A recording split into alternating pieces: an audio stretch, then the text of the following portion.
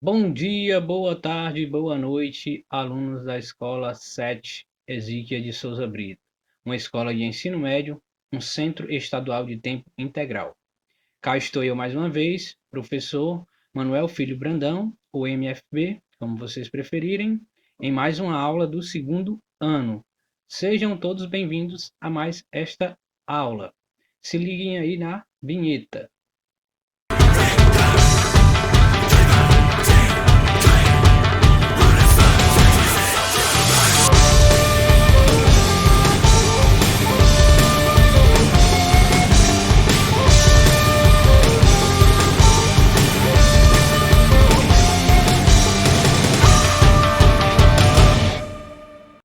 Mais uma aula de geometria espacial. Nesta aula abordaremos a resolução de alguns exercícios, dando ênfase para as propriedades geométricas abordadas até aqui, certo? Então a gente vai praticar, a gente vai rever algumas questões das atividades de vocês, eu resolvendo elas detalhadamente e explicando elas direitinho para vocês, ok? Questão 2 da página 86. Observe a figura, aqui a figura, certo? A área pintada de verde, essa área aqui, corresponde à da área do círculo maior de raio R. Ou seja, como nós temos frações aqui, ele quer saber a área pintada de verde corresponde a que fração da área do círculo maior de raio R. Ou seja, a gente já sabe que é a letra A, né? Mas vamos ver como é que a gente chega nessa letra A, nessa fração de 3 sobre 16. O que, que nós temos aqui? Ó? Nós temos essas quatro áreas, né? Ó, essa ACM maiúscula é a área do círculo maior, certo? A área do círculo maior. Essa ACM minúsculo é a área do círculo menor, porque a gente tem esse círculo menor aqui dentro do círculo maior, certo? A gente vai usar todas essas áreas nos nossos cálculos, beleza? A gente tem a área completa da coroa, que é essa daqui, ACC, área da coroa completa, e temos a ACP, que é a área da coroa pintada, que é só essa parte pintada aqui que é o que nos interessa. O que a gente vai calcular primeiro aqui? Vamos ver aqui, ó. A gente vai calcular primeiro a área da coroa completa, né? A área da coroa é a área do círculo maior menos a área do círculo menor, certo? Aí, ó, vamos ver aqui na próxima linha aqui, ó. A gente quer calcular a área da coroa completa, certo? Então vai ser a área do círculo maior, que já está aqui, ó. Como o círculo maior tem raio R, R maiúsculo, então vai ser πr ao quadrado, R maiúsculo ao quadrado. A área do círculo menor vai ser o quê? Π vezes o raio do círculo menor é R sobre 2, então vai ser R sobre 2 ao quadrado. Essa daqui é a área do círculo menor. Aí a gente vai efetuar esse cálculo bem aqui, para a gente poder operacionalizar a subtração. Então primeiro a gente faz o que está aqui dentro do colchete, para depois subtrair. Vamos lá. Aí, ó, o R sobre 2 está elevado ao quadrado, certo? Então eu elevo o numerador R ao quadrado, fica R ao quadrado, e elevo o denominador 2 ao quadrado também. 2 ao quadrado é 4. Então a área do círculo menor vai ser πr ao quadrado sobre 4. E essa aqui, a área do círculo maior, é πr ao quadrado. Eu posso subtrair essas duas áreas? Eu já posso subtrair? Sim ou não? Não. Por quê? Porque elas não têm denominadores comuns. Ou seja, ó, o denominador da área do círculo maior é 1. O denominador da área do círculo menor é 4. Eu tenho que tirar o quê? O MMC. E aí a gente vai usar de novo aquela técnica que eu ensinei para vocês e que é bem mais fácil, certo? Como é que a gente faz? A gente multiplica os denominadores. 1 vezes 4, 4. Aí o 4 fica aqui. Então, esse aqui está calculado o MMC. O MMC desse 1 e desse 4 é o 4. Aí eu já tenho o denominador comum aqui, que é o 4. Aí o próximo passo qual é? O 4 multiplica esse primeiro elemento aqui, que é πr ao quadrado. Então, 4 vezes πr ao quadrado vai ser 4πr ao quadrado, certo? Aí repete o menos aqui, ó, coloca logo o menos. Aí 1 vezes πr ao quadrado. 1 vezes πr ao quadrado é πr ao quadrado, beleza? Aí agora a gente pode sim subtrair, porque eles têm o quê? Um denominador comum, que é o 4. Aí 4πr ao quadrado menos πr ao quadrado vai restar o quê? Então, a área da coroa completa é 3πr ao quadrado sobre 4. Então, a gente já calculou aqui qual é a área da coroa completa, certo? O próximo passo é o seguinte, ó. A gente tem que perceber que essa área pintada aqui, ó, corresponde a um setor de 90 graus. 90 graus por quê? Porque a gente tem um ângulo reto aqui. Se a gente tem um ângulo reto aqui, essa parte da coroa aqui corresponde a 1/4. 1/4 da coroa completa. Por quê? Porque 90 graus é 1/4 de 360 graus, que é uma volta completa, certo? Vocês podem calcular isso colocando 90 sobre 360 e simplificando, que o resultado final vai ser 1/4. Por quê? Porque esse setor aqui corresponde a 1/4 da área da coroa completa, certo? Vamos seguir aqui. Então aqui, ó, a área da coroa pintada, a área pintada, que é o que a gente quer calcular, vai ser o quê? 1/4 da área da coroa completa. A área da coroa completa a gente já calculou, que é essa área bem aqui, certo? Então a gente vai substituir a área da coroa por esse valor aqui da área que a gente encontrou, certo? Então a gente vai substituir aqui. E a gente sabe que essa área pintada, que é o que a gente quer encontrar, vai ser 1/4 dessa outra área que a gente já calculou. Então vamos substituir aqui, ó. Então tá aqui, né? Eu tenho aqui, ó, eu substituí a área da coroa completa pelo valor que a gente tinha encontrado aqui. Tá aqui, ok? Aí a gente quer o quê? 1/4 dessa área. Então eu vou multiplicar essa área por 1/4, certo? Aí, ó, o 1 multiplica numerador vezes numerador, denominador vezes denominador, né? Multiplicação de frações. Todo mundo já sabe, né? Então 1 vezes 3πr ao quadrado vai ser igual a 3πr ao quadrado. Aí no denominador vezes denominador, que é 4 vezes 4, vai ser igual a 16. Ou seja, a área da coroa pintada, que é essa área aqui em verde, é igual a 3πr ao quadrado sobre 16. Aí é o seguinte, ó, como esses três elementos aqui estão se multiplicando, e o 16 é denominador deles 3, eu posso colocar em evidência esse 3 sobre 16 vezes πr ao quadrado, certo? Que já está aqui, né? Aí eu tenho o quê? 3 sobre 16 vezes πr ao quadrado. Mas πr ao quadrado é a área de quem? É a área do círculo maior, certo? E o que a pergunta quer? Ó? Quer a área da área pintada de verde corresponde a que fração da área do círculo maior. Então ela quer saber que fração em relação à área de quem? Do círculo maior. E eu tenho aqui o quê? 3 vezes 16, 3 sobre 16. Tenho aqui 3 sobre 16 vezes a área do círculo maior. Ou seja, a área da coroa pintada, área pintada em verde, corresponde a 3 sobre 16 da área do círculo maior. Então está calculado aqui, ó. A fração vai ser o quê? 3 sobre 16. A gente usando todos esses artifícios aqui, certo? Deu para entender aí? Espero que sim. Qualquer dúvida, entrem em contato, ok? Corrigindo, essa daqui é a questão 7 da página 80. Perdão, viu? Foi um errozinho de adição aqui. Me perdoem aí. Vamos seguir. Agora aqui, ó, a gente tem sim, agora sim a questão 2 da página 86. E que a questão nos diz: quantos são os planos que contêm 4 pontos distintos? A gente já sabe que a resposta é essa, né? Mas eu vou ilustrar aqui como é que acontece cada uma dessas respostas e como vocês deveriam ter colocado lá na atividade de vocês. Eu vou ser muito coerente porque eu vou usar justamente os postulados, nesse caso aqui o postulado 8. Desta forma eu vou usar os postulados, que foi o que eu disse, né? Nas minhas aulas eu disse que para vocês justificarem as respostas de vocês, vocês poderiam usar os postulados. Então vamos lá.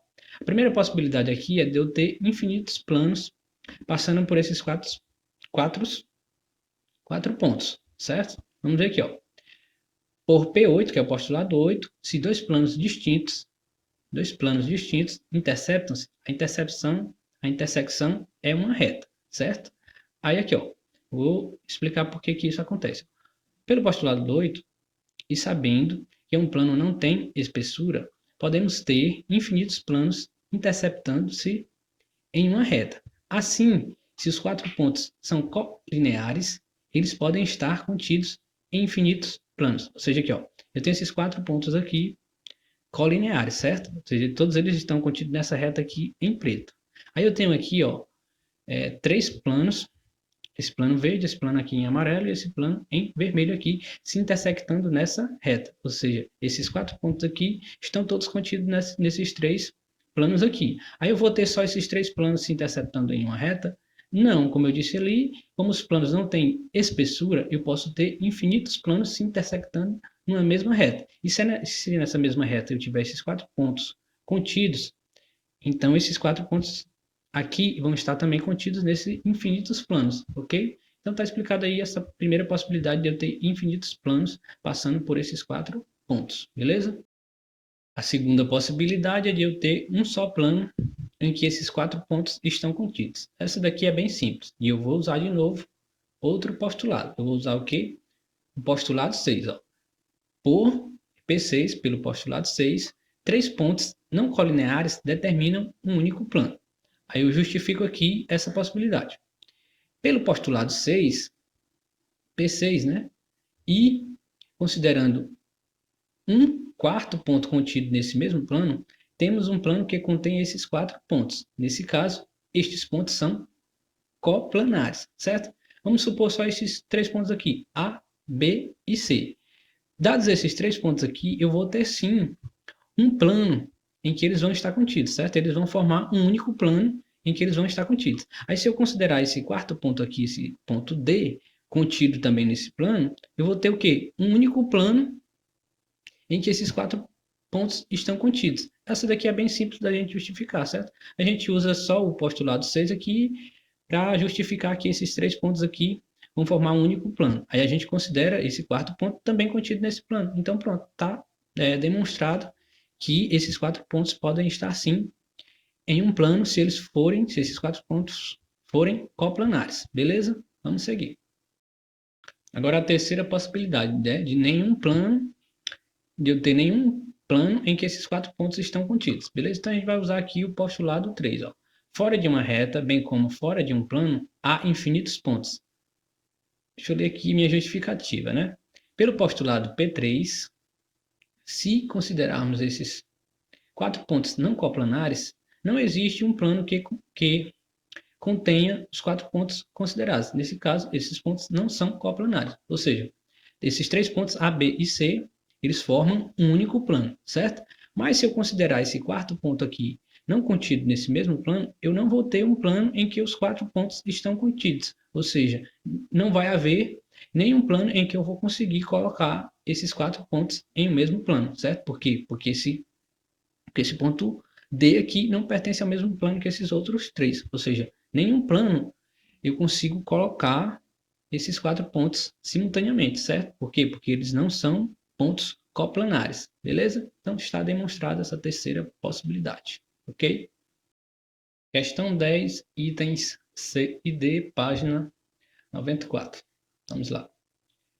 A questão da UFRN, da Universidade Federal do Rio Grande do Norte. Na cadeira representada na figura, o encosto é perpendicular ao assento e este é paralelo ao chão.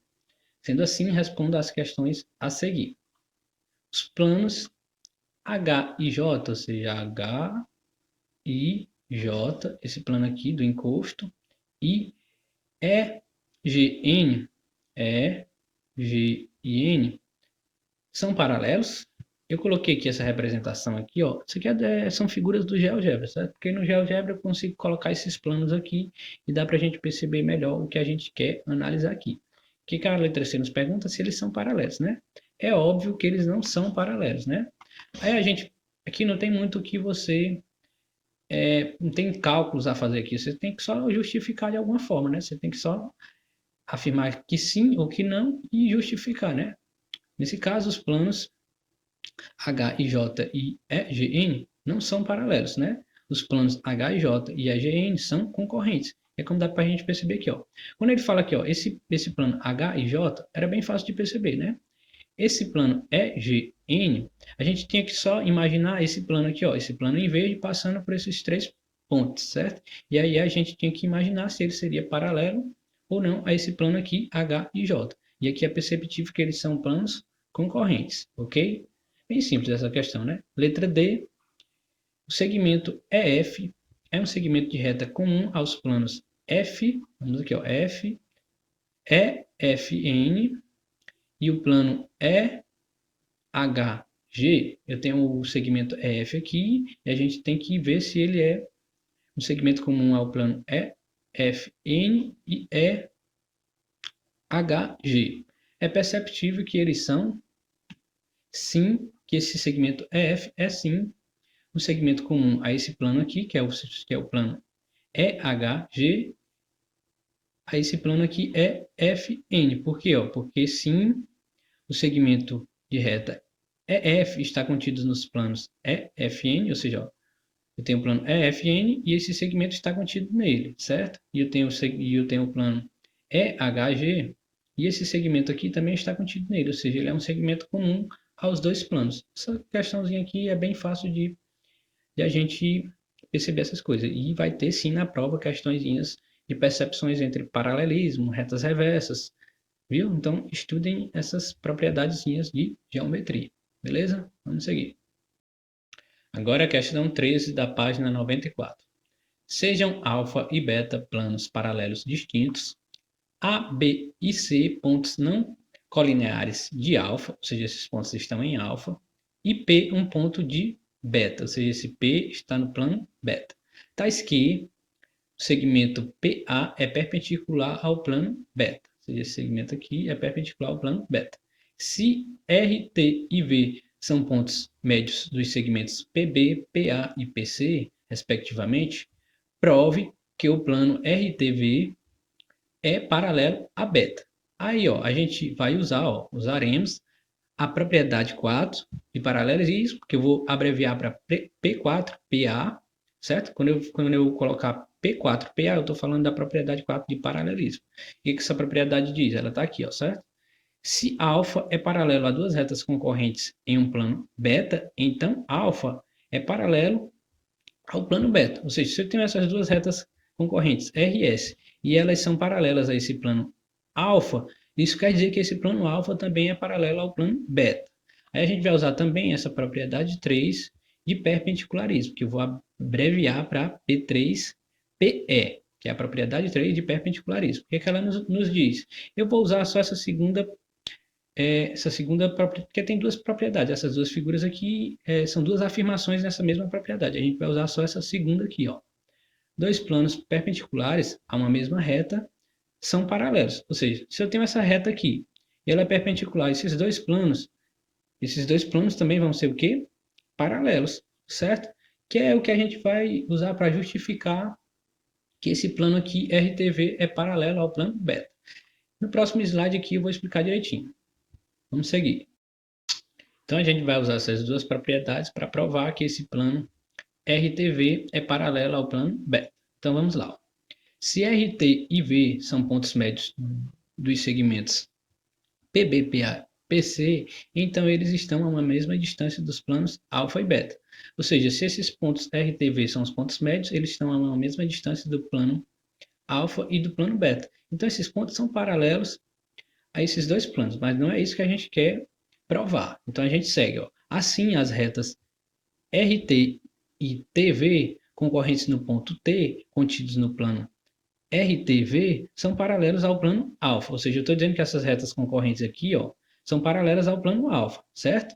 Aí, ó, logo, pela propriedade 4, implica que o plano alfa é paralelo ao plano RTV. Ou seja, se eu tenho essas duas retas concorrentes aqui, que são paralelas ao plano alfa. Então, o plano alfa também vai ser paralelo a esse plano em que essas retas estão contidas. Qual é esse plano? É o plano RTV, certo? Então, primeiro a gente demonstrou que esse plano RTV é paralelo ao plano alfa, certo? A gente vai seguir aqui, ó. A gente estava aqui, né? Aqui. Deste modo, a reta PA é perpendicular ao plano RTV, certo? Se o plano RTV é paralelo ao plano alfa, então essa reta PA também é paralela, vamos com calma. O plano RTV, a gente já percebeu que é paralelo ao plano alfa, certo? E essa reta PA é perpendicular ao plano alfa, certo? Então, se ela é perpendicular ao plano alfa e o plano alfa é paralelo ao plano RTV, então essa reta também vai ser o quê? Perpendicular ao plano RTV, ok? Aí, ó, isso implica, por conseguinte, pela propriedade 3 de perpendicularismo, implica que o plano beta é paralelo ao plano RTV. Por fim, provado o que queríamos demonstrar. Por que isso? Se essa reta PA é perpendicular ao plano alfa e o plano RTV é paralelo ao plano alfa, então a reta também é perpendicular ao plano RTV.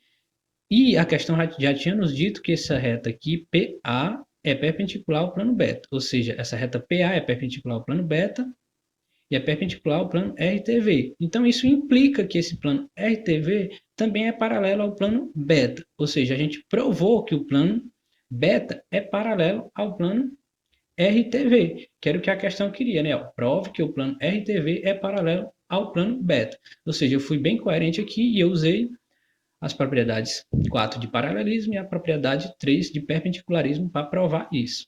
Depois, reassistam ou releiam o que eu descrevi aqui para vocês perceberem melhor essas propriedadezinhas. É bem legal, ok? Vamos seguir.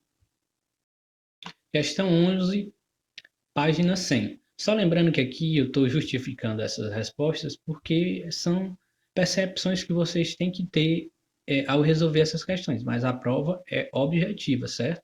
Mas vocês têm que ter essas percepções. Então eu estou destacando as percepções que vocês têm que ter. Então vamos lá. Segmento PA é perpendicular ao plano que contém o triângulo ABC, ou seja, esse segmento PA é perpendicular ao plano em que o triângulo ABC está contido. Se AB é igual a 2 vezes AP, ou seja, AB é igual a 2 vezes AP, e M é o ponto médio de BC, do segmento BC, se M aqui é o ponto médio de BC. Determine a medida do ângulo formado pelos segmentos PA e PM, certo? A gente já sabe que é 60 graus, mas vamos ver como é que a gente chega nesses 60 graus. Não precisa fazer cálculo, a não ser que você necessariamente queira fazer esse cálculo, mas não precisa, certo? Então, a primeira percepção geométrica é que a gente tem que ter essa daqui, a gente tem que visualizar tudo isso que a questão nos descreveu, certo? Aí a gente pode planificar isso. Vamos aqui ao próximo slide. Aí aqui, ó, eu planifiquei, né? Aí o que, é que vocês têm que perceber? Ó? Ele disse que AB é igual a 2 vezes AP, certo? Só que é o seguinte, ó, se esse triângulo aqui é equilátero, a medida dos seus 3 lados são iguais, certo?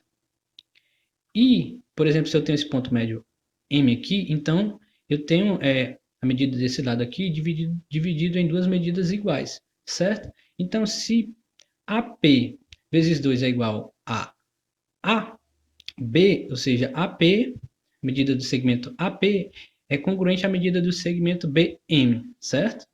E aqui, ó, como eu tinha esse segmento aqui, ó, lá na outra figura, eu tinha um segmento AM, né? AM, que era o quê? A altura, vamos voltar aqui, ó, que era a altura do triângulo equilátero, certo?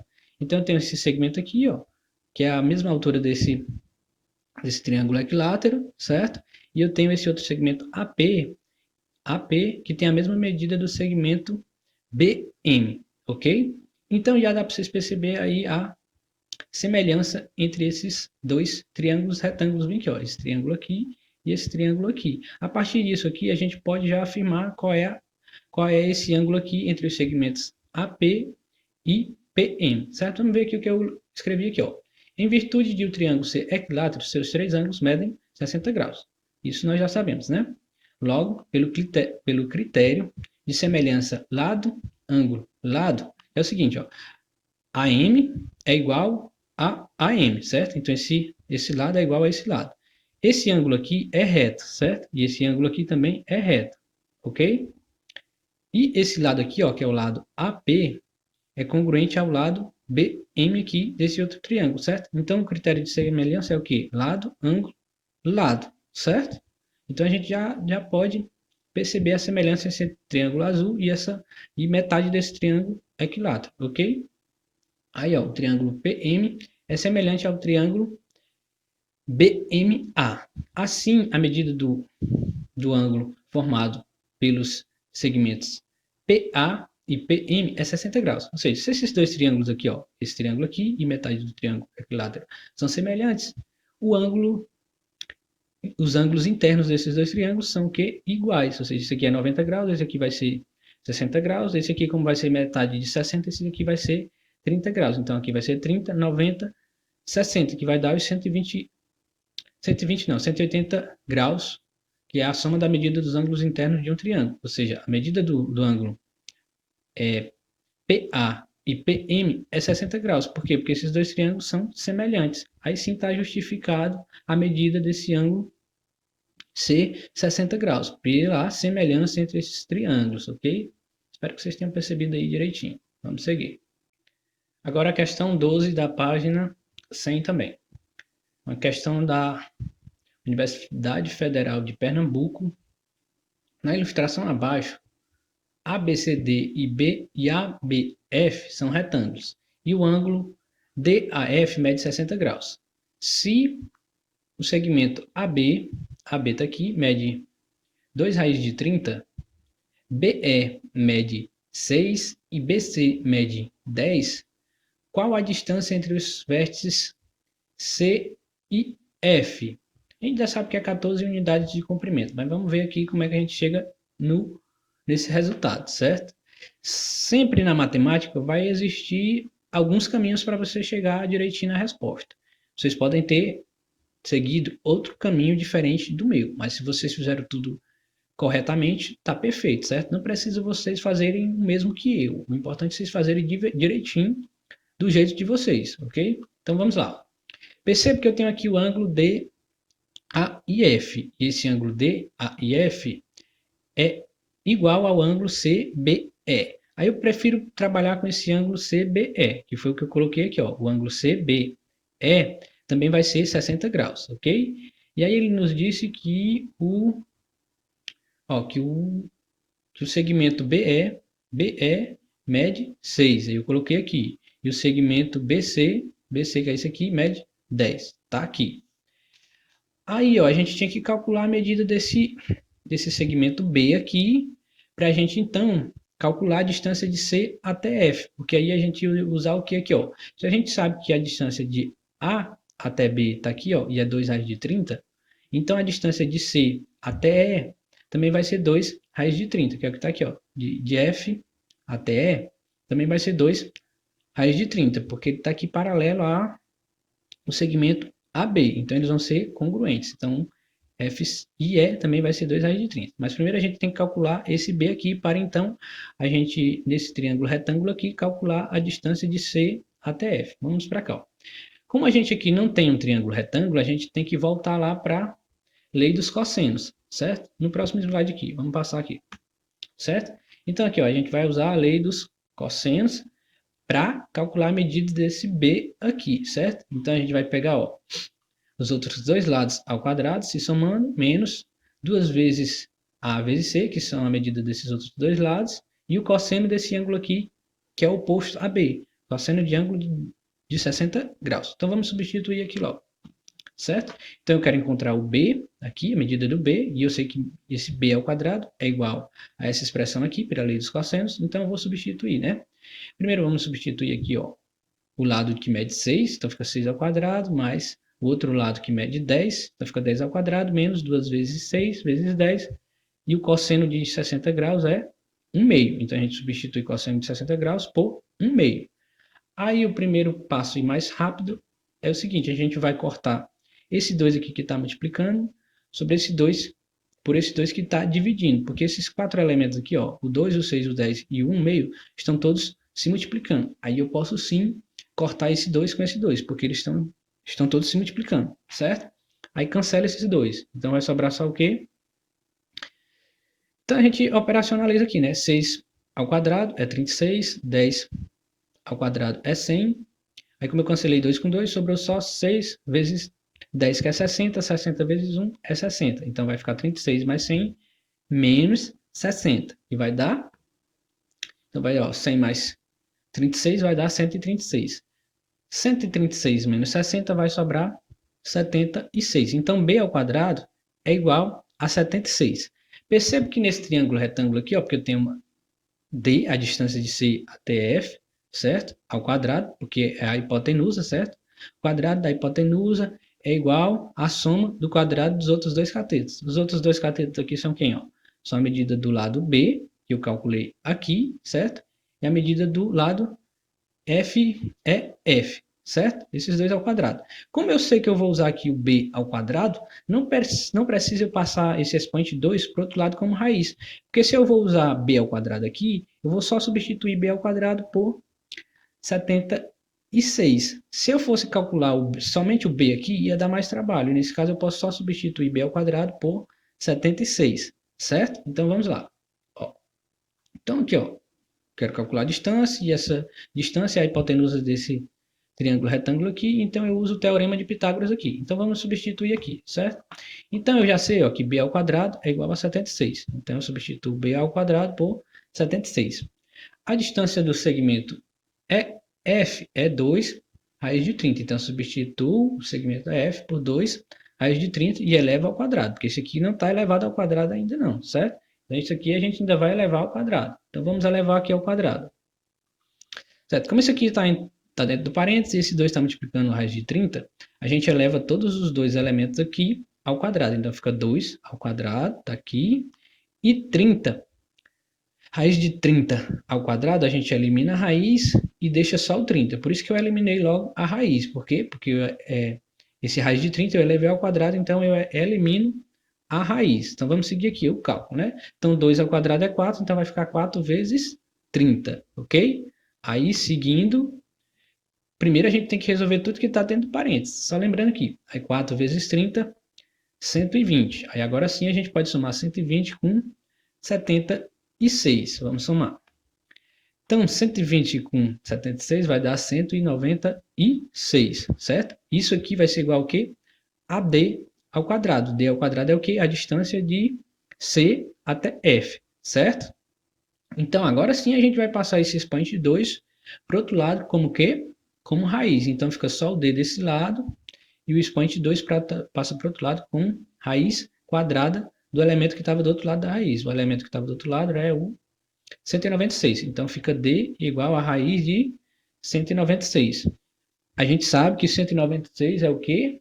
Um quadrado perfeito. E um quadrado perfeito vai ter raiz quadrada exata, certo? Então, a raiz quadrada exata de 196 é 14. Então, a distância do segmento C até F é 14 unidades. Então, em uma questão similar a essa, vocês vão ter que seguir esses mesmos passos, ou se vocês já conseguiram fazer direitinho esse cálculo, vocês podem seguir o cálculo que vocês fizeram na atividade, né? Porque essa questão é uma questão da atividade. Eu não precisa, o que eu quero dizer é que não precisa necessariamente você seguir o mesmo passo que eu sigo aqui, porque eu vou explicando passo a passo, vocês podem seguir fazer um cálculo mais rápido, o importante é que vocês façam o cálculo direitinho, corretamente, ok? Então a gente calculou aqui a distância, e a distância é o quê? 14 unidades, beleza? Vamos seguir.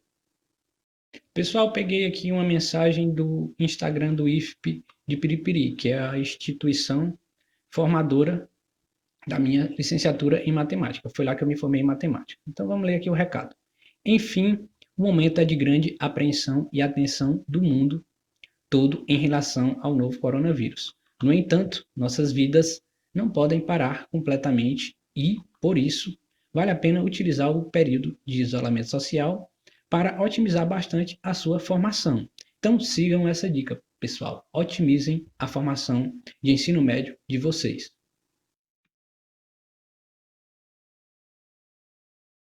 Meu muito obrigado a todos os alunos online presentes nessa aula virtual. Estamos aqui em mais uma aula virtual, né? Mais uma despedida.